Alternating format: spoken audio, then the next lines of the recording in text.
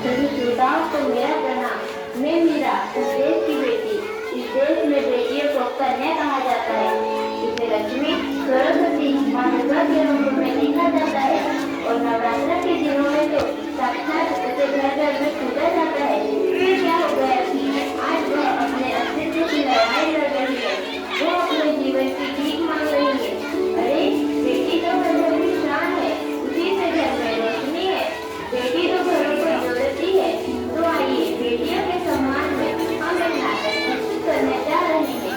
इसका शीर्षक है बेटी बचाओ बेटी पढ़ाओ। मीरा, ओ मीरा, तुमने मुन्ना को कहीं देखा क्या? पता नहीं सुबह सुबह कहाँ चला गया। अभी उसने कुछ खाया भी नहीं, दूध भी नहीं पिया और स्कूल जाने की तैयारी भी तो करनी है। नहीं माँ, मैंने तो मुन्ना को नहीं देखा। मैं तो सुबह से बर्तन ही धो रही हूँ। माँ, मुझे भी स्कूल जाना है। मुझे पढ़ना लिखना बहुत अच्छा लगता है। मेरा भी दाखिला स्कूल में करा दो ना माँ। ये छोरी, बड़ी है स्कूल जाने वाली, घर के काम कर अच्छे से सीख ले। आगे चलकर यही तेरे काम आने वाले। पढ़ लिख कर कौन सा तुझको कलेक्टर बनना है? जल्दी जल्दी बर्तन साफ कर। माँ जी, मीरा को भी स्कूल में दाखिला दिला दीजिए ना। उसे भी पढ़ना लिखना जरूरी है। तू चुप कर। पढ़ना लिखना ये तो केवल लड़कों का काम है। उन्हें आगे चलकर घर गृहस्थी की जिम्मेदारी भी संभालनी होती है।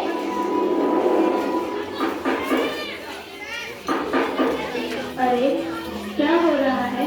कौन किसकी जवाबदारी संभाल रहा है? और हमारी मीरा बेटी क्यों रो रही है?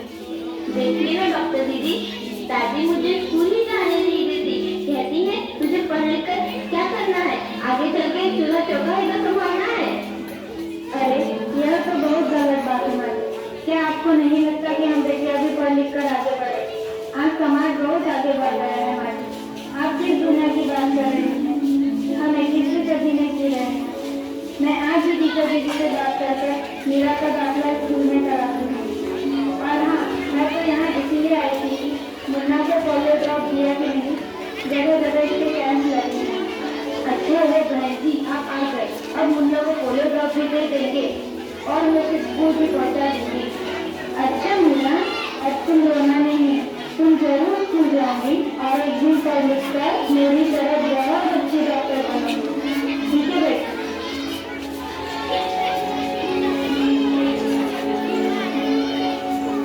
जरा एक गिलास पानी तो लाना। अभी रही बाबूजी। ये लीजिए बाबूजी। अरे ये देखो, अखबार में प्यारी बेटी के बारे में कितनी सुंदर कविता आई है।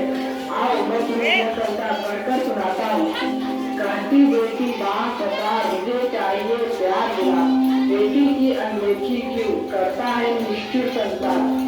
सोचो जरा हमारे बीच बता सकोगे घर परिवार, गर्भ से लेकर यौवन तक मुझ पर लटक रही तलवार। मेरी व्यथा वेदना का अघोर आई उपचार, जब माई जन्म में न होगी तो तुम जन्म किससे पाओगे। जब बहन न होगी घर आंगन में तो किससे रुकोगे, किसे मनाओगे। जब दादी नानी न होगी तो तुम्हें कहानी कौन सुनाएगा। जब कोई स्वप्न सुंदरी ही न होगी तो तुम किससे ब्याह रचाओगे। जब घर में बेटी ही न होगी तो तुम किस पर लाल उठाओगे। जिस दुनिया में स्त्री ही न होगी उस दुनिया में कैसे रह पाओगे। जब तेरे घर में बहू ही न होगी तो कैसे वंश आगे बढ़ाओगे। नारी के दिन जब सुना है तुम ये बात कर समझ पाओगे। हाँ तो मातेवार कैसी लगी है कविता? है ना मजेदार? काहे की मजेदार कविता मुझे नहीं आई पसंद। अरे कोई घर में है क्या? आइए आइए टीचर दीदी, हम आप ही का इंतजार कर रहे थे। हाँ जरा मैं कुछ दिनों के लिए बाहर चली गई, इसलिए यहाँ नहीं आ पाई। डॉक्टर ने मुझे दे दी थी, आपने लिया था कि दाखिला नहीं कराया। ये तो बहुत बदमाश छात्रा है, हमेशा अत्यंत में सोचती हुई होती है। हाँ मैं भी तो यही चाहती हूँ कि मेरा स्कूल जाए, खूब पढ़े, और मेरी यहाँ सुनता कौन है। हाँ हाँ खूब पढ़ाओ लड़की को और बाहर भेजो। जब कुछ गलत सलत हो जाएगा ना तो मुंह छुपाने की भी जगह नहीं मिलेगी। अरे माँ जी, आप कहाँ मीरा को 10वीं तक तो पढ़ाई पूरी करने में दीजिए, आगे की पढ़ाई के बारे में बाद में सोचेंगे। हाँ टीचर दीदी, हम मीरा को अवश्य स्कूल भेजेंगे। मैं उसे मेरे जैसा अनपढ़ नहीं रहने दूंगी, उसे खूब पढ़ाऊंगी। कल मीरा को तैयार रखना, मैं उसे लेने आऊंगी। क्यों दादाजी? सही।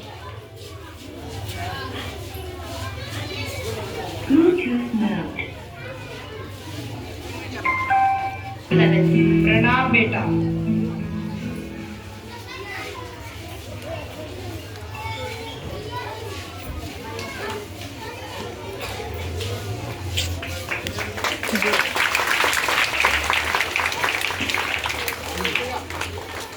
कह सके कि कौन कहता है कि नारी कमजोर होती है? कौन कहता है कि नारी कमजोर होती है और नारी श्रृंगार होती है?